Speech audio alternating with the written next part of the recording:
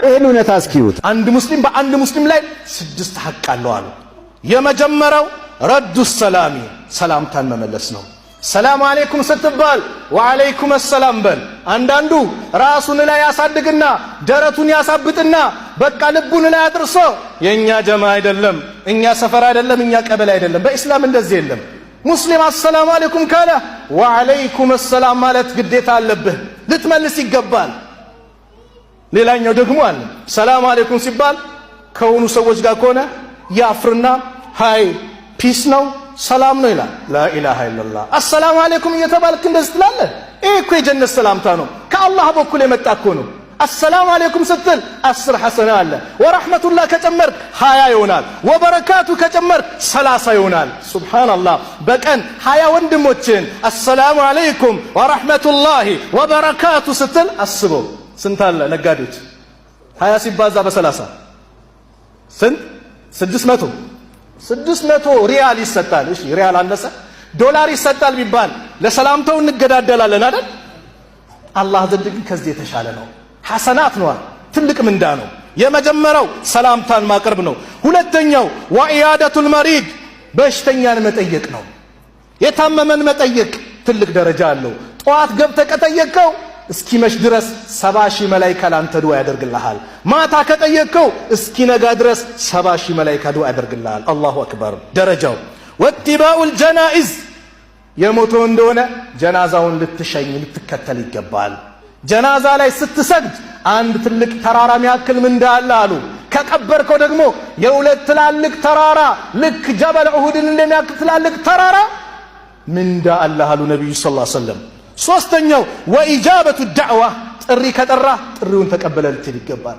ይሄ ምስኪን ሽሮ ሰርቶ ይጠራኛል እንዳትል፣ አክብሮ ነው የጠራ። ካልተመቸ በስነ ስርዓት መናገር ነው። ሐቢቢ ስላልተመቸኝ ነው በዚህ ቀን ፕሮግራም ይዤ ነው በል እንጂ ምን ያመጣል ብለህ እንዳትንቅ ቀልቡን እንዳሰብር። ጥሪ ከጠራ ጥሪውም ይሄን ነው አሉ ነብዩ ሰለላሁ ዐለይሂ ወሰለም።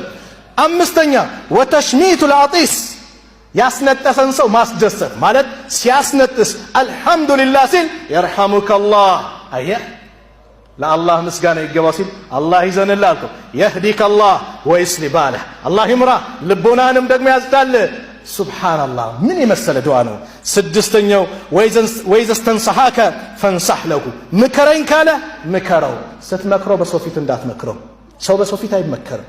እንዳታዋርደው በአደባባይ እንዳ አጠገቡ ይዘህ ብቻውን ጠርተህ ሐቢቢ ይሄ ነገር ጥሩ አይደለም በለው። ኢማሙ ሻፊ ምን ይላሉ?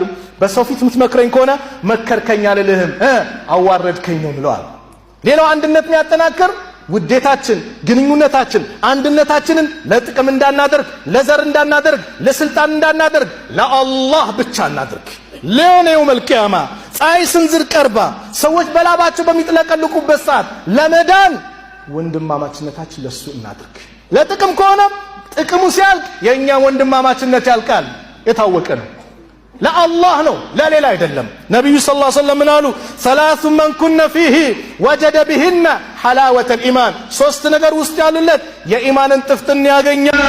የመጀመሪያው አየኩን አላህ ወረሱሉሁ አሐበ ኢለይሂ ሚማ ሲዋሁማ አላህና መልእክተኛው እሱ ዘንድ ከማንም ከምንም ነገር የበለጠ ተወዳጅ ይሆኑለት። አላህን መልእክተኛውን ከማንም አስበልጦ መውደድ ከማንም ከልጅህም ከሚስትህም ከእናትህም ከአባትህም ከንብረትህም ከሁሉም ነገር አላህና መልእክተኛውን የበለጠ መውደድ። ሁለተኛው ወዩሂበል መርአ ላ ዩሂብሁ ኢላ ሊላህ አንድ ሰውን ሲወድ ለአላህ ብሎ እንጂ ላይወደው አው ለጥቅም እንዳይሆን ለዘር እንዳይሆን። ነገ የውመል ቂያማ አላህ ይጣራል። አይነል ሙተሃቡነ ቢጀላሊ የታሉ ለኔ ልቅና ለኔ ልዕልና ብለው የተዋደዱ የታሉ? አልየውመ ኡዝልሁም ዛሬ አጣልላቸዋለሁ። የውመ ላ ዚለ ኢላ ዚሊ ዛሬ ማንም ጥላ በሌለበት እኔ ጥላ ስር አርሽ ጥላ ስር አጣልላቸዋለሁ።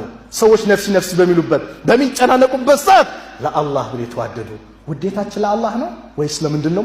ራሳችንን ፈትሽ። ሶስተኛው ወአን የክረሃ አን የዑደ ፊል ኩፍር ወደ ኩፍር መመለስን መቀልበስን ሊጠላ ነው። ባዕደ አን አንቀዘሁ ላሁ ሚንሁ አላህ ከኩፍር ነፃ ካወጣው በኋላ ካዳነው በኋላ ከማ የክረሁ አን ዩቅዘፈ ፊናር ልክ እሳት ውስጥ መወርወርን እንደሚጠላው ኩፍርን ሊጠላ ነው።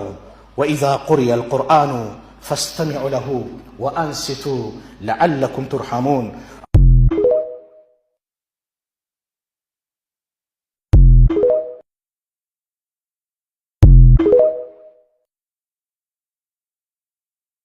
ነው።